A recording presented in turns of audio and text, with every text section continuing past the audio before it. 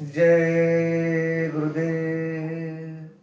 परम पूज्य बाबा जय गुरुदेव जी के श्री चरणों में शतकोटि नमन करते हुए आप सभी दर्शकों का स्वागत एवं अभिनंदन है।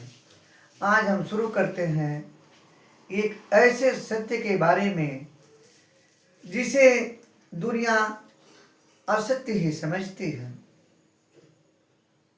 असत्य ही नहीं बल्कि आम जनमानस में बहुत घृणित नजर से आप उसको जानते हैं, और अगर देखा जाए तो अगर उसकी चर्चा होती है तो चरित्रहीनता की बात आती है, जबकि सत्य वही है। सृष्टि का निर्माण, सृष्टि का अभ्युदय, जो कुछ भी है उसी पर है। उस शक्ति और उस तेज की हम चर्चा करते हैं जो सत्य है, लेकिन उसे सांसारिक रूप से, सामाजिक रूप से उसे बोलना भी असत्य प्रतीत होता है। तो जीना और जानना तो आसान है, लेकिन कहना बहुत कठिन है। जैसे कोई मछली से पूछे कि सागर क्या है, तो मछली कह सकती है यह है सागर, यह रहा चारों तरफ वही है। लेकिन कोई पूछे कि कहो क्या है, बताओ मत, तो बहुत कठिन हो जाएगा मछली को। अर्थात उसके अर्थ को स्पष्ट करना आवश्यक है। आदमी के जीवन में जो भी श्रेष्ठ है, सुंदर है और सत्य है, उसे जिया जा सकता है, जाना जा सकता है,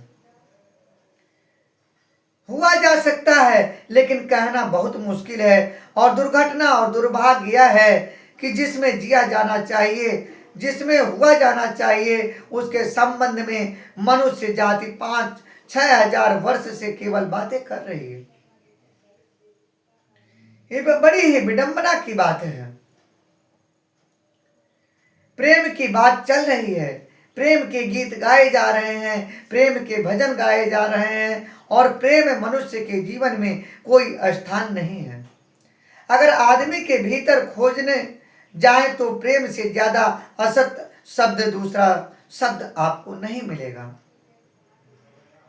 और जिन लोगों ने प्रेम को असत्य सिद्ध कर दिया और जिन्होंने प्रेम के समस्त धाराओं को अवरुद्ध कर दिया, और बड़ा दुर्भाग्य यह है कि लोग समझते हैं कि वे प्रेम के जन्मदाता भी हैं। धर्म प्रेम की बातें करता है, लेकिन आज जिस प्रकार का धर्म मनुष्य जाति के ऊपर दुर्भाग्य की भांति छाया हुआ है, उस धर्म ने ही मनुष्य के जीवन से प्रेम के सारे द्वार बंद कर दिए हैं। और न इस संबंध में पूरब और पश्चिम में कोई फर्क है, न हिंदुस्तान में और न अमेरिका में कोई फर्क है। मनुष्य के जीवन में प्रेम की धारा प्रकट ही नहीं हो पाई, और नहीं हो पाई तो हम दोष देते हैं कि मनुष्य ही बुरा है, इसलिए नहीं प्रकट हो पाई। हम दोष देते हैं कि यह मन ही जहर है, इसलिए प्रकट नहीं हो पाई। मगर मन जहर नहीं है, और जो लोग मन को जहर कहते हैं उन्होंने ही प्रेम को जहरीला कर दिया, प्रेम को प्रकट नहीं होने दिया। मन जहर हो कैसे सकता है? इस जगत में कुछ भी जहर नहीं है। परमात्मा के इस सारे उपक्रम में कुछ भी विष नहीं है, सब अमृत है। लेकिन आदमी के सारे अमृत को जहर कर लिया है, और इस जहर करने में शिक्षक, साधु संत और तथाकथित धार्मिक लोगों का सबसे ज्यादा योगदान है। इन बातों को थोड़ा समझ लेना जरूरी है, क्योंकि अगर यह बात दिखाई न पड़े तो मनुष्य के जीवन में कभी भी प्रेम भविष्य में भी नहीं हो सकेगा। क्योंकि जिन कारणों से प्रेम नहीं पैदा हो सका, उन्हीं कारणों को हम प्रेम प्रकट करने का आधार और कारण बना रहे हैं। हालात ऐसे हैं कि गलत सिद्धांतों को अगर हजारों वर्ष तक दोहराया जाए तो फिर हम भूल ही जाते हैं कि सिद्धांत गलत है और दिखाई पड़ने लगता है कि आदमी गलत है, क्योंकि उन सिद्धांतों को पूरा नहीं कर पा रहा है। जबकि यहाँ सिद्धांत गलत है। अगर हमारा मार्ग ही गलत है तो हम मंजिल तक कैसे पहुंच सकते हैं? हम मंजिल को गलत तो नहीं ठहरा सकते, क्योंकि मार्ग हमारा गलत है, मंजिल गलत नहीं है। इसलिए मैंने सुना है कि एक सम्राट के महल के नीचे एक पंखा बेचने वाला गुजरता था और जोर से चिल्ला रहा था कि अनूठे और अद्भुत पंखे मैंने निर्मित किए हैं, ऐसे पंखे कभी भी नहीं बनाए गए। ये पंखे कभी देखे भी नहीं गए। सम्राट ने खिड़की से झांक कर देखा कि कौन है जो अनूठे पंखे ले आया है। सम्राट के पास सब तरह के पंखे थे, दुनिया के कोने कोने से मिल सकते थे। और नीचे देखा गलियारे में खड़ा हुआ एक आदमी साधारण 2-2 पैसे के पंखे होंगे और चिल्ला रहा है कि अनूठे और अद्वितीय हैं। उस आदमी को सम्राट ने ऊपर बुलाया और पूछा कि इन पंखों में क्या खूबी है, दाम क्या है इन पंखों के। उस पंखे वाले आदमी ने कहा सम्राट से कि दाम तो ज्यादा नहीं है, दाम तो ज्यादा नहीं है, पंखे को देखते हुए दाम बहुत कम है, सिर्फ 100 रुपए का एक है। सम्राट ने कहा 100 रुपए या 2 पैसे का पंखा जो बाजार में जगह जगह मिलता है, और 100 रुपए दाम, क्या है इसकी खूबी? उस आदमी ने कहा खूबी यह पंखा 100 वर्ष चलता है, 100 वर्ष के लिए गारंटी है, 100 वर्ष से कम में खराब नहीं होता है। सम्राट ने कहा इसको देखकर तो ऐसा लगता है कि यह सप्ताह भर भी नहीं चल पाएगा, धोखा देने की कोशिश कर रहे हो, सरासर बेईमानी। और वह सम्राट के सामने उस आदमी ने कहा आप मुझे भली बात जानते हैं, इस गलियारे में रोज पंखे बेचता हूँ, 100 रुपए दाम है इसके, और अगर 100 वर्ष न चले तो जिम्मेदार मैं हूँ, रोज तो नीचे मौजूद होता हूँ, और फिर आप सम्राट, आपको धोखा देकर मैं जाऊंगा कहाँ? वह पंखा खरीद लिया। सम्राट को विश्वास तो न था, लेकिन आश्चर्य भी था कि वह आदमी सरासर झूठ बोल रहा है। किस बल पर वह झूठ बोल रहा है? पंखा 100 रुपए में खरीद लिया और उससे कहा कि 7वें दिन तुम उपस्थित हो जाना। 2-4 दिन में ही पंखे की डंडी बाहर निकल गई। 7वें दिन तो वह बिल्कुल मुर्दा हो गया, लेकिन सम्राट ने सोचा कि शायद पंखे वाला आएगा नहीं।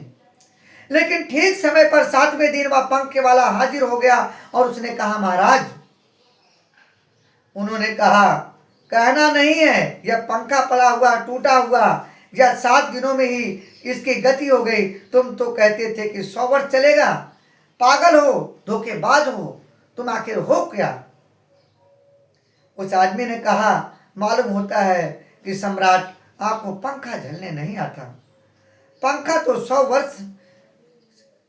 वर्ष ही चलता, पंखा तो गारंटीड है, आप पंखा जलते कैसे थे?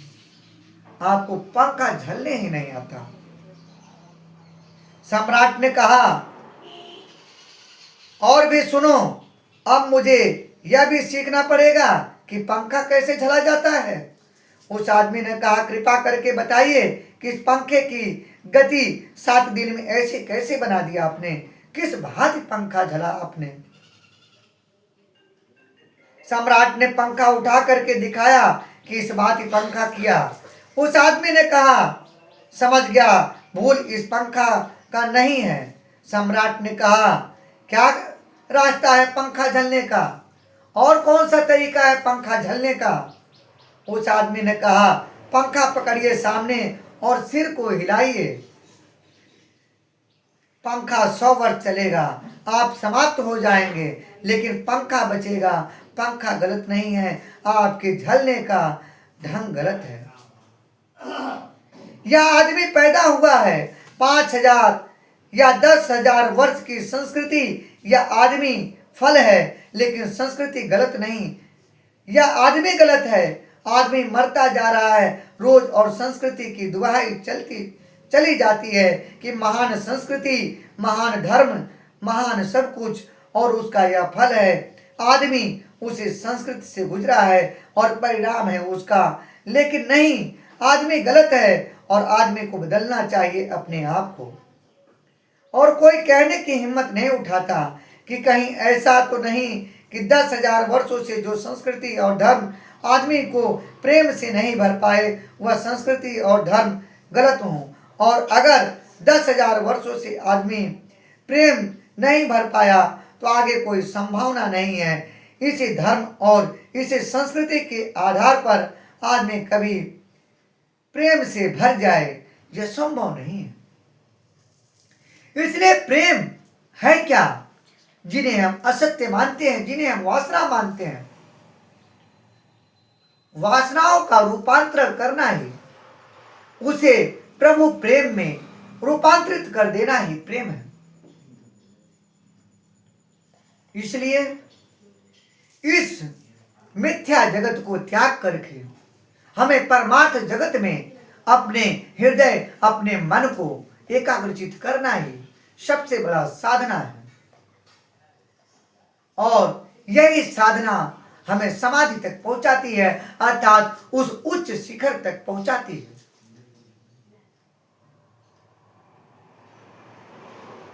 जय गुरुदेव। ठीक है। तो लॉक नहीं वैसा होता है।